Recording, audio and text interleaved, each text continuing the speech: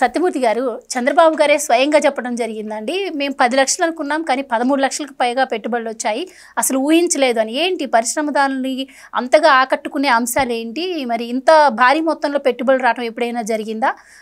మీ analysis ఏంటి దీనిపైన? అంటే రాష్ట్రానికి పట్టిన పీడ విరగడైంది అని ప్రపంచం మొత్తం తెలిసింది.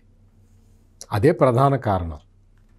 జగన్మోహన్ రెడ్డి తన పరిపాలనా కాలంలో ఎంత దారుణంగా ప్రవర్తించాడో అందరూ ప్రత్యక్షంగా చూశారు. జగన్మోహన్ రెడ్డికి 11 సీట్లు వచ్చినాయనే విషయాన్ని ప్రపంచం మొత్తం దగ్గర నుంచి గమనించింది. దాంతో ఇంక ఈ పార్టీ పని అయిపోయింది. ఈ దెయ్యాన్ని బాటిల్లో పెట్టి రబ్బర్ మూత పెట్టి చంద్రబాబు నాయుడు ఆ సప్త సముద్రాల అవతల భూమిలో పాతేసి వచ్చాడు అనేది అర్థమైపోయి పెట్టుబడిదారులు పరిగెత్తుకుంటూ వస్తూ ఉన్నారు. మొత్తం మీరు చెప్పారు 13 లక్షల కోట్ల రూపాయల పెట్టుబడులు వచ్చినాయని. ఈ 13 లక్షల కోట్ల రూపాయల్లో కూడా దాదాపుగా 5,30,000 కోట్ల రూపాయల పెట్టుబడులు రెన్యూవబుల్ ఎనర్జీ సెక్టార్లో వచ్చినాయి. రెన్యూవబుల్ ఎనర్జీ సెక్టార్లో ఇంత భారీ ఎత్తున పెట్టుబడులు రావటం అనేది మొత్తం దేశంలో ఏ రాష్ట్రంలో జరగలేదు, ప్రపంచంలో ఏ దేశంలో జరగలేదు. అటువంటి అద్భుతాన్ని ఇక్కడ చంద్రబాబు నాయుడు చేసి చూపించాడు. అంటే ఇది మామూలు విషయం కాదు. ఇది ఈ రెన్యూవబుల్ ఎనర్జీ సెక్టార్లో వచ్చిన పెద్ద కంపెనీలు, పెద్ద బిగ్ ప్లేయర్స్, మామూలు స్మాల్ ప్లేయర్స్ కాదు. ఈ గుడివాడ అమర్నాథ్కి లేకపోతే అంబటి రాంబాబుకి లేకపోతే ఆ రోజాకి అర్థమయ్యే కంపెనీలు కాదు ఇక్కడికి వచ్చింది. ఈ గుడివాడ అమర్నాథ్ లేకపోతే వాళ్ళ బాసు జగన్మోహన్ రెడ్డి పొద్దున లేచిన దగ్గర నుంచి పెట్టుబడులు వస్తుంటే ఏడుపు, పీపీపీ మోడల్లో మెడికల్ కాలేజీలు కడుతుంటే ఏడుపు. మీకు ఏమి జరిగినా రాష్ట్రానికి ఏదైనా మంచి జరిగింది అంటే ఏడుస్తూనే ఉంటారు. ఏడుపులు పెడబొబ్బలు వినపడుతున్నాయి. వీళ్ళు ఏడవటం కూడా మామూలుగా ఏడవటం కాదు. ఆ ముక్కు చీదుకుంటూ ఆ అదంతా ఖరాబు చేసేలాగా, సమాజం మొత్తాన్ని ఖరాబు చేసేలాగా ఏడుస్తున్నారు. ఎవడన్నా చూస్తే ఎందుకు ఏడుస్తున్నారు వీళ్ళు అని అర్థం కానంతగా ఏడుస్తున్నారు. ఇప్పుడు ఎవరికైనా ఇంట్లో పెళ్ళి జరుగుతుంది అనుకోండి, ఏడుస్తారా? నవ్వుతారు కదా. శుభ్రంగా లడ్లు అరిసెలు అవన్నీ తిని నవ్వుతూ ఆనందంగా ఉంటారు. పెళ్ళింట్లో కూడా ఏడ్చేవాడు ఎవడన్నా ఉన్నాడు అంటే ఈ జగన్మోహన్ రెడ్డి బ్యాచే. మొత్తం అక్కడ కూర్చొని ఏడుస్తున్నారు. పెట్టుబడులు రావట్లేదు అంటారు. ఏదో పెట్టుబడి వస్తే ఇది మెయిన్ తెచ్చింది అంటారు.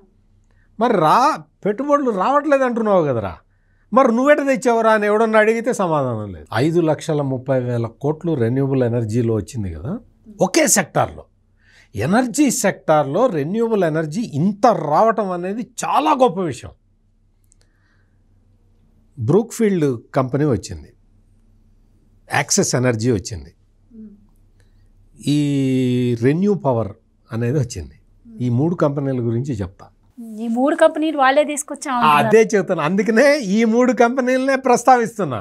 ఈ 3 ఆ బ్రూక్ఫీల్డ్ అనే కంపెనీ అసలు అది ఎక్కడ ఉంటుందో చెప్పు జగన్మోహన్ రెడ్డి. నువ్వు బ్రూక్ఫీల్డ్ కంపెనీ ఎక్కడ ఉంటుంది, ఎవరు నీతో నువ్వు ఏం మాట్లాడావు వాళ్ళతోటి అనేది చెప్పు. యాక్సెస్ పవర్ట ఆయన తెచ్చాట. రెన్యూ పవర్ అనేది అది ఈ రెన్యూవబుల్ ఎనర్జీ సెక్టార్లో లీడింగ్. ఇప్పుడు బ్రూక్ఫీల్డ్ కానీ, యాక్సెస్ పవర్ కానీ, రెన్యూ ఎనర్జీ కానీ. నీకు ఈ 3 కంపెనీలని నేనే తెచ్చాను అంటున్నాడు ఈ జగన్మోహన్ రెడ్డి. నిజంగా మామూలుగా ఎవరైనా కానీ ఇప్పుడు మీరు ఏదైనా క్వశ్చన్ అడిగారు అనుకోండి, ఆ క్వశ్చన్కి నేను సమాధానం తెలియకపోతే నేను కొంచెం సిగ్గుపడాలి.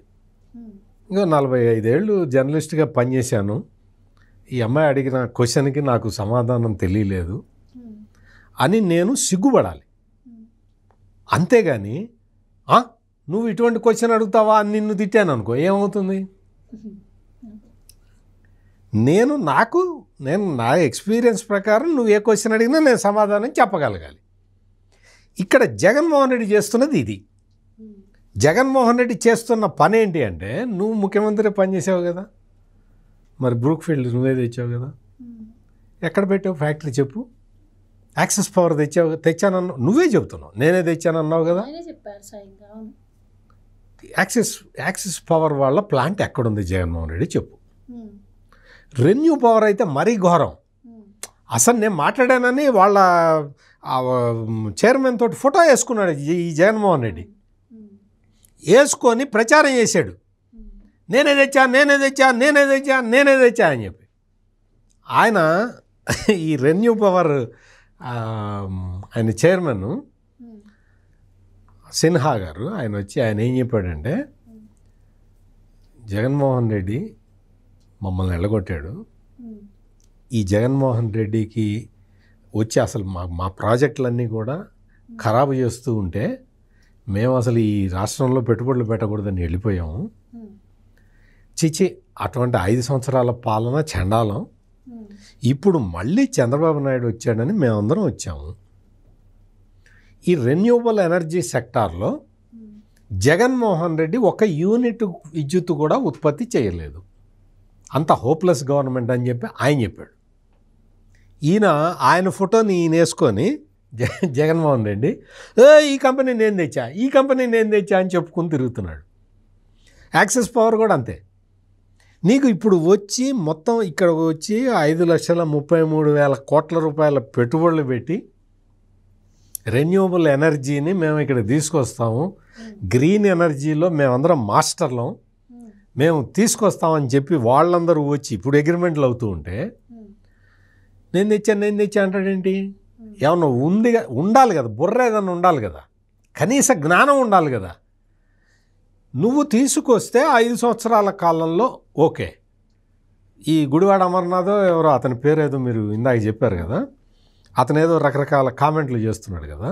నేను అనేది ఏంటంటే, ఈ గుడివాడ అమర్నాథ్ నువ్వు పని చేయి, నువ్వు 5 సంవత్సరాలు మంత్రిగా లేవు, నువ్వు ఏదో 2 ఏళ్ళు ఉన్నావో 18 నెలలు ఉన్నావో తెలియదు, కానీ ఏదో మంత్రిగా ఏడ్చావు కదా. నువ్వేం చేస్తావంటే, నీ జమానాలో, నీ జగన్మోహన్ రెడ్డి జమానాలో తెచ్చిన కంపెనీల లిస్ట్ ఒకటి డిక్లేర్ చేయి. నువ్వు ఎక్కడెక్కడ ఫ్యాక్టరీలు ఉన్నాయో డిక్లేర్ చేయి. నువ్వు ఎంత అలాట్ చేసావు, నువ్వు వాళ్ళు ఎంత పెట్టుబడి పెట్టారు, ఫ్యాక్టరీ ఎక్కడ ఉన్నది. 5 ఏళ్ళు పరిపాలించాడు నీ జగన్మోహన్ రెడ్డి.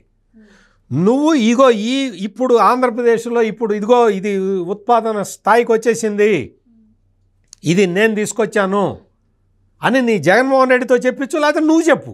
ఆయన బిజీగా ఉంటాడు కదా, ఈ కోర్టు కేసులు అవన్నీ అడ్వకేట్లతో మాట్లాడుకోవాలి, చాలా పనులు ఉన్నాయి ఆయనకి. అన్నీ పరకమణి కేసు బిగుసుకుంటున్నది, ఇప్పుడు కల్తీ నెయ్యి లడ్డు కేసు ఉంది కదా, అది బిగుసుకుంటున్నది. ఇట్లా ఒకటి కాదు, చాలా ఉన్నాయి. ఆయన చాలా బిజీగా ఉన్నాడు అడ్వకేట్తో మాట్లాడుతూ. నువ్వు ఫ్రీగా ఉన్నావు కదా గుడివాడ అమర్నాథ్, నీకు పని లేదు పాట లేదు కాబట్టి నువ్వు ఒక్కసారి నీ జగన్మోహన్ రెడ్డి 5 సంవత్సరాల కాలంలో వచ్చిన ఫ్యాక్టరీలు, వచ్చిన పరిశ్రమలు, వచ్చిన ఈ మొత్తం యూనిట్లన్నీ కూడా ఎక్కడెక్కడ వచ్చినాయి, ఏ కంపెనీలు వచ్చినాయి, వాటికి సంబంధించిన జీవోలు బయట పెడతావా? అతని పేరేంటి? గుడివాడ అమర్నాథ్ అని చెప్పి అడుగుతున్నాను నేను.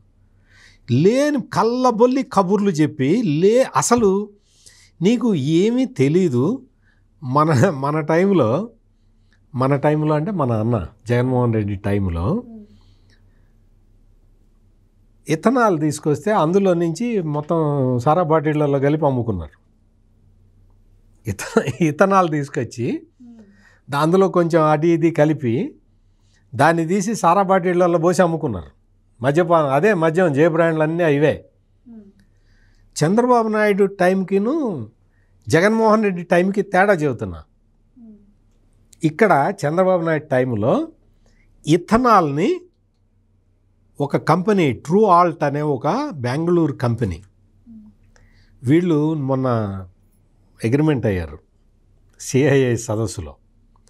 ఇథనాల్ నుంచి సస్టైనబుల్ ఏవియేషన్ ఫ్యూయల్ SAF తయారు చేస్తారు.